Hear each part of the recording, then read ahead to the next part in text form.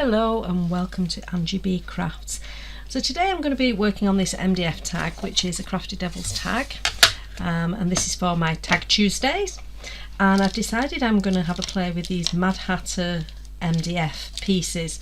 So this is one of the sets you can get. I get mine through JMC Designs, and I've got way too many different packets. But anyway, I've decided to use sewing ones. So the first thing to do is to decide which bits I want to use. Now I have to use the scissors just because look at them. They are stunning. And I love a good tape measure, so we shall pop that on as well. A fabulous bobbin. And I think possibly one of the smaller bobbins as well. I have a smaller bobbin over here. And then we can start to decide, oh, should we put the other small bobbin on as well? I think they'd look quite nice, just like that. Could maybe have you at a bit of an angle. Let's have a look.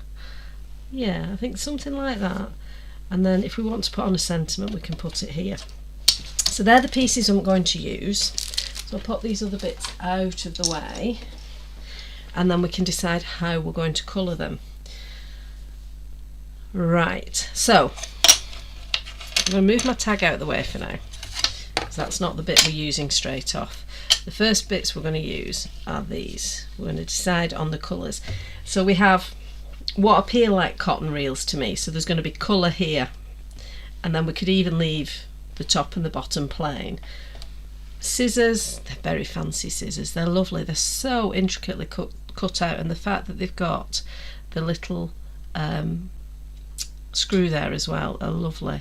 And there's a slight bit of movement, so if you want to move these so that they look a bit more open, you can before you stick them on. And then we have the tape measure, which you could get away with the tape measure just being plain, or you could add colour.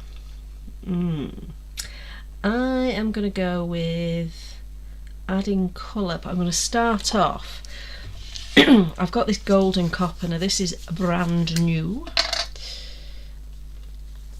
hasn't yet been used, and if it's anything like the silver, it's going to be impossible to open. So I'm doing this intentionally on camera because that looks now like it's open, but it's not. It's still got another layer. Now I'm discovering that this is how these paints come. There's an extra layer of security to stop them leaking, which is no bad thing, because I have had some paints leak during transit, so I'm not going to complain about it. This is an iridescent, which means it's got shimmer to it, and it's actually, you can see here, it's got opacity to it. So the slight opacity, you can see through, there's some translucency, some opacity, it's kind of midway, and if you see here, it's half and half. So there's different ways of knowing. I've got another one here, which is the silver one, and this one is totally see-through, so you can see right the way through to the layers behind it. And that you can tell because it's completely clear there. And then the ones that are fully black, they're totally opaque. Okay, so anyway, I'll make a start with this. We need a brush, so we'll try this brush here, and I'm just going to pop a little bit. Oh, that came out a bit faster than I expected. I like the fact these have got a twisty nozzle on them. I do like a twisty nozzle, but I think these are going to go very nicely onto here. Now I haven't done my usual of putting any gesso on, so this is going to be absorbing straight in, and you'll see the difference because it just will dry much quicker because it's just straight in. It's just absorbing straight into the wood. It's like a little sponge going and soaking it in. But it's a nice way to colour these up. Now I am going to colour the sides on this. You don't have to, it is personal choice.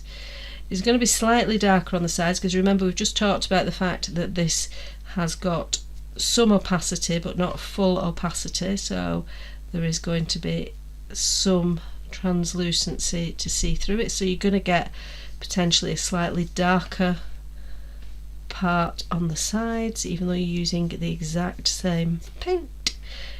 One way to alleviate that is to put on white gesso or black gesso across the whole thing, so you're getting it uniform.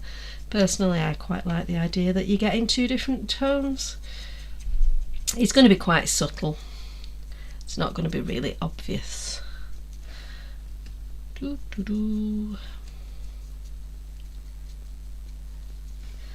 So once you've done the painting of these, let's do the inside of here as well.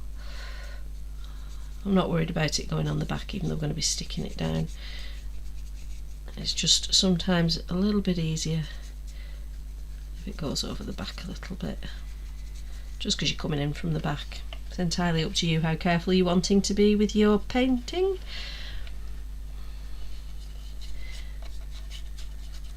But because I'm only doing one colour, I'm not really worrying too much about that. Now you don't feel you need to stop at the one colour. You can add on gilding wax when this is dry, which is highly probable with me, because me and gilding wax are good friends at the moment. We're spending rather a lot of time together. A bit like gilding wax party central at the moment. Do you ever do that? Do you ever get something that you start using something, then you find you're using it on every project you do, and then you stop using it and you realise then months later it's been ages since you used it, and you forget that you have it? I do so many things. I think it just demonstrates I have far too much crafty stuff, really. So I thought I'd put out too much paint, but this paint is really weird because it's quite liquidy, quite runny, but you need quite a bit of it. It's strange, but you can see that's got a nice, let's see if I can get a shimmer. It's got a bit of shimmer going on there. Woo. Doo, doo, doo. Quite like that. So they're almost like an antique pair of scissors now. I'll just give this a quick mop. Where's my water? There it is. So quick squirt with water and then a quick mop with a raggy. Wonderful. Right, so now we have these to do. What should we do with these? This is Dr. P.H. Martin's Bleed Proof White. This stuff is special. I love it. It gives you a really solid white, but when you look at it, it's a really solid. There's little dribbles of water coming out there, but none of the actual paint. The paint is so super thick. Until you mix it, it's weird, and then it becomes more liquid. Look, it's suddenly become runny. I can't tip that up now because it's become runny. I don't even know if you can see that on the camera or not. It's become really runny. It's bizarre stuff, but it's brilliant.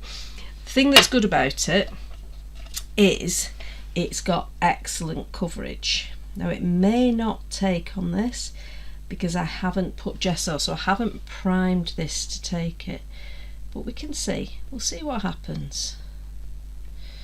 It might work, it might not. We'll find out. Where's the harm in trying? I think that's one of the best things about being creative, is you can give things a go, and if it doesn't work you just learn from it. That's a good way to be in life, isn't it? Give it a go. If it doesn't work, learn from it. Don't feel bad about it, just learn from it. Yeah, I think we're going to have to use gesso under this. Let's see how it takes. Not sure that's going to work terribly well. Let's just give that a mop up. I'm actually going to wipe it off. I don't like how it's taken. Oh, actually, you know, mopping it off has actually made it look alright.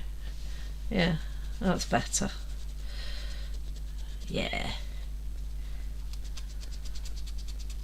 Yeah, that's alright actually.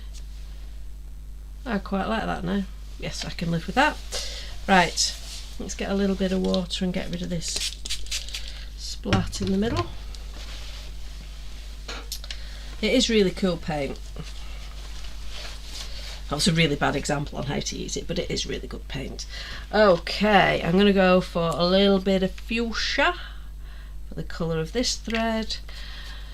Now this time I'm actually just going to spread the paint with my finger. This is the one of the Dina Wakley paints. I've put way too much on. Let me just rub some of this off on a page in my journal. I'm going to do the whole thing. We can always go over if we want to, can't we? Add a different colour over the top. See, I've taken too much off now. Hey, what am I like? Right, I'm going to do the same thing as I did with the other piece. I'm going to give it a rub. So that's helping to bring some of the texture through. So you can now see the texture of that again. I'm not convinced by that yet, but you never know. Oh, I know what I could do with that. Oh, I wonder if a little bit of alcohol ink will go on here to differentiate the top. Oh, genius level. Genius level. So this is why they call it mixed media, because you're just mixing the different mediums you've got. And don't be afraid to do that. The thing is, even if this goes horribly wrong and I end up saying, that's disgusting, I don't like it, all I can do is gesso over it, and lo and behold, I've got a blank canvas again. And I can start adding colour in a different way.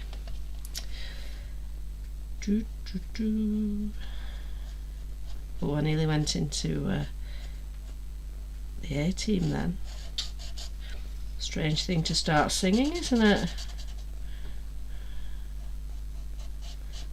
I don't think B.A. Baracus would be into doing this somehow. Oh, you never know though.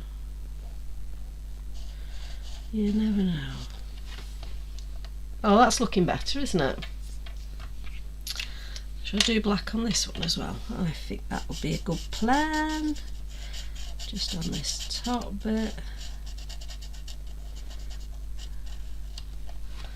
And then, yeah, like that. And we'll do a bit on this one as well. So they're all uniform. We've all got black tops.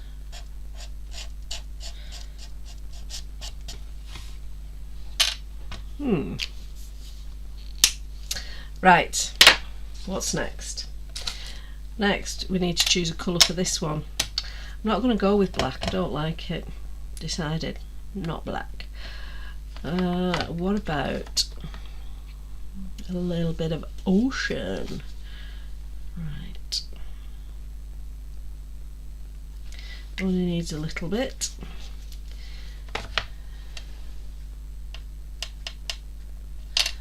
I'm actually going to do the same thing again, just add it onto here. So I'm making another piece of art here, aren't I, really?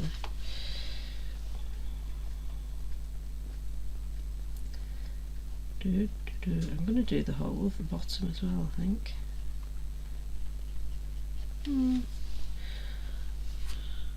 See, I'm not liking that. Let me get a little brush.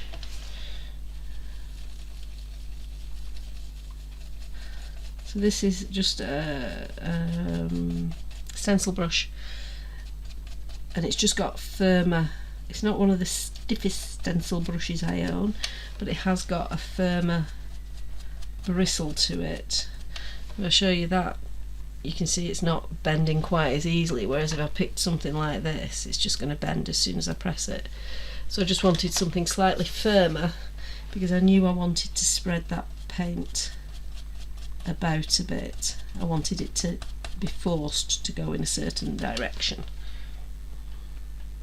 Yeah, I like that. I'm going to in fact change the colour of this one. I don't like that white. It's not doing it for me. Not liking it. So we'll go with oh, what about a bit of bright yellow? This is a random pot that's an Indigoblu lemon meringue. It is the nicest yellow I own. It is wonderful. We're probably going to get a mixed colour here because I've still got the green on as well. Now what's weird about this paint, and someone might know why, I don't, but it's strangely thick.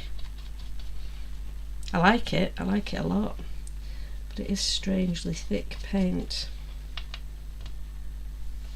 Okay, one tag. What are we thinking? Do you want to go white gesso? Yeah, I'm going to go white gesso. It's good old reliable, isn't it? I do love a white gesso. Get a lot on my brush there. There we go. Now I'm going to intentionally leave some of this a bit thicker, just for texture. So even if you don't have texture paste, you can just use your paint to add texture, or you can add a bit of sand into your paint. I'll just let your paint dry out a little bit and give you more texture. Do like a good bit of texture. So I'm then dabbing it. That's giving us lots of texture.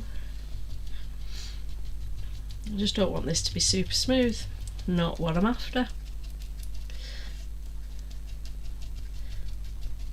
There we go. It's still a base coat, but we're adding the texture in as we're adding the base coat on. So it almost looks a bit like a stippled ceiling. I'm just going to clean off the edges with my finger. I do have a pinny on that I'm wiping it on. I'm not just wiping it on my jumper, although that wouldn't be a surprise if I did, because I'm just a hideously messy crafter and creator. Right, get the gesso out of the way. This tub has lasted forever. I've got its replacement and it's just not finishing. I'm going to leave that brush. I'm not going to soak it just yet because I think I might reuse it momentarily. Clean the mess. I'm trying to get better at cleaning up as I go along. I don't know that it'll take, but we can give it a go. Right, I'm going to straight away, I'm going to move these out of the way actually first. I don't want to get them covered in other colours. I'm just going to spray them on to the wet paint. Now again, this is personal choice as to whether you want to do them. So that's Crackling Campfire. These are the Ranger Distressed Spray Stains. And I just happen to like these two colours together rather a lot. But then we can get some movement in there as well. But you can see, because we've not dried the white, some of the white is picking up in there too. So we're getting this really interesting background that's just not just a solid colour. Okay. It's just gorgeous colours, gorgeous. Right, I'm going to blast that and see where we're at.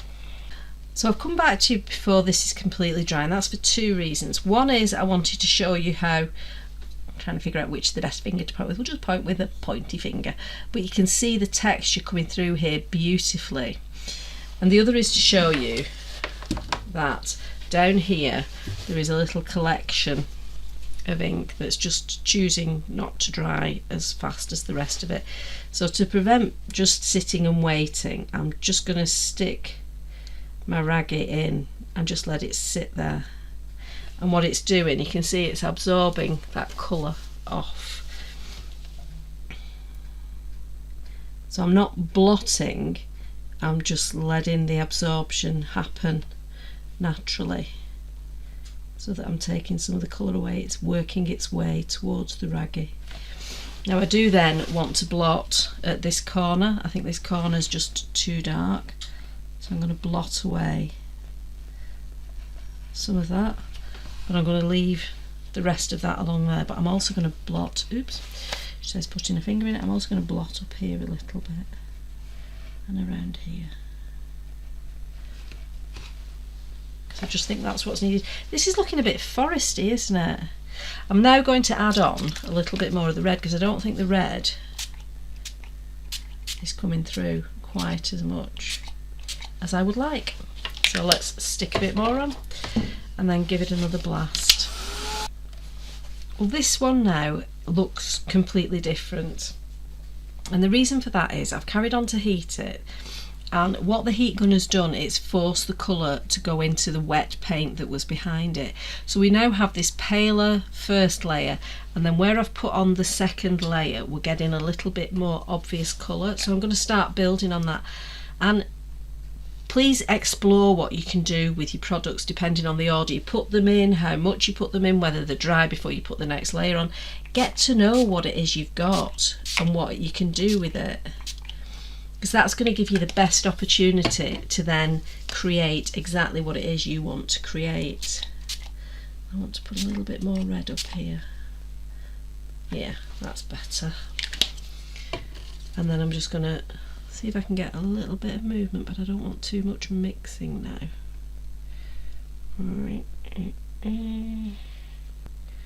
Just wiggling rather than just letting it drip, and then pop it back. There we go. We now have this tag that's looking a little bit too blue for me, so I've been using the peacock feather, so it has got a green to it, but I'm now going to introduce a little bit of the salvage patina. This is basically, these two sprays are my two favourite. I've got a third, I tell a lie, I have a third favourite. Where is it? These three sprays are my three favourite colours. The hickory smoke is, I can't even describe it, it's beautiful and it adds to any project, but these two together give a really nice aged look as well. But I'm going to add in a little bit of the salvage patina. Just, it's very similar in colour to the peacock feathers, but it's just got a little bit of something different. You can see if you just look at the labels, it's got a hint more green and it's paler. But I'm also going to introduce a little bit of fossilised amber because we've done some yellow, so we need a hint of yellow hue going on. So we're starting to get this quite grungy looking background. So we've now got this background that has lots of fabulous texture. We've not added any texture paste on, but you can see some of it's not quite totally dry yet. It takes time to let things dry thoroughly, even if you're using a heat gun. So I would always say don't make something the day before you're going to give it to someone. If you're doing something like this, give it a few days to just settle down completely, and then give it a seal, because this is going to react. If you put any liquid on top of it, I would use a spray seal over the top of something like this as opposed to using one that you brush on. But I am thinking that is looking a little bit lush, so I'm now going to start introducing the bits we've already coloured up. So we've got the fabulous scissors, which can go there, and then we've got our two bobbins, which I think are looking rather nice there. That big bobbin's the wrong colour now, isn't it?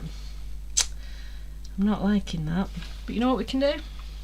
There's a really simple fix. We can use a little bit of that. What if I use this brush for? I have no idea. We'll use it for this. We'll just stick some of this over the top, and it's just going to tone it in a little bit more. Now remember, we didn't gesso this, so it's not going to be the exact same colour, because on this you're putting it, number one, you're putting it over a pink, but number two, you're putting it onto MDF, so a lot more of the colour is going to absorb straight into it. On this one we gessoed it first, so it had a white background that wasn't going to absorb too much of the colour. It's absorbed some because it was wet when we were working on it, but it's nowhere near as much as this is going to absorb. Now you can be brave if you want to do this. This is not something I often do, which is direct dipping. The reason I don't do it is because I then knock the tub over. just to speed things up today, we shall do direct. There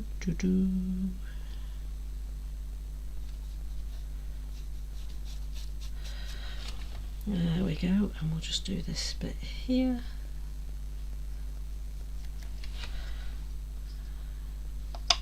Yeah. Oh, that looks much better. That's much more in keeping. Bring that back into the middle so you can actually see it. That would be helpful. And give a quick clean up. How good am I getting at this cleaning up? Impressive. Right, so we still have this tape measure. To be honest, I'm not sure I want to put on, because that's almost like 3 things. And if you think about the concept of working in threes, when you're creating, if you work in threes, it cons the eye into not having to make a decision. If you put 2 things, if I just did that, your eye would be going, do you want me to look at the scissors or do you want me to look at the bobbins? Scissors, bobbins, scissors, and it doesn't know which way to go. If you put a 3rd one, it's like, oh, it's all of it. I'll look at everything. That's pretty. That's nice. I'll just see it as a whole. So it's quite helpful to think about working in odd numbers, because for some reason our brains get tricked by odd numbers. Okay, so I'm beginning to like that, but I want some black on this background. Right, for going around the edges of this, I have decided I'm going to use my StazOn. Now I will use probably a Pro marker around these little bits, but I'm wanting to bring some grunge in, so I'm actually going to run the pad that way, so you can see I'm starting to get a little bit of grunge going on at the top and then at the bottom as well. I haven't done anything terribly grungy recently, and I do love a little bit of grunge. So you could obviously do it minus any grunging up. You don't have to add in the black the way I'm doing. You could leave it nice and bright. You can use whatever colours you want, obviously, but this is just an idea of one thing that you could make. So I've not decided yet what sentiment I'm going to use with this. I have got a few different sentiment sets that happen to be related to sewing, so I shall have to route them. Right, I have got some gel medium, my Liquitex gel medium, and a spatula. Now where do I want them? I really like the idea of that at the top. I think I like them over there, like this. And then have that. There we have a tag. Now, as I said, I will find a sentiment to go on that, so I'll take a picture and you'll see the picture of it with a sentiment on of some description. I've got a couple of ideas of where I'm going to get it from, but yeah, there is a sewing based tag. If you want to, you could even use some material through here. I've got some sari silk that I may use through that, just to be in keeping with sewing. But I hope you've enjoyed that. Thank you very much for watching. Bye for now.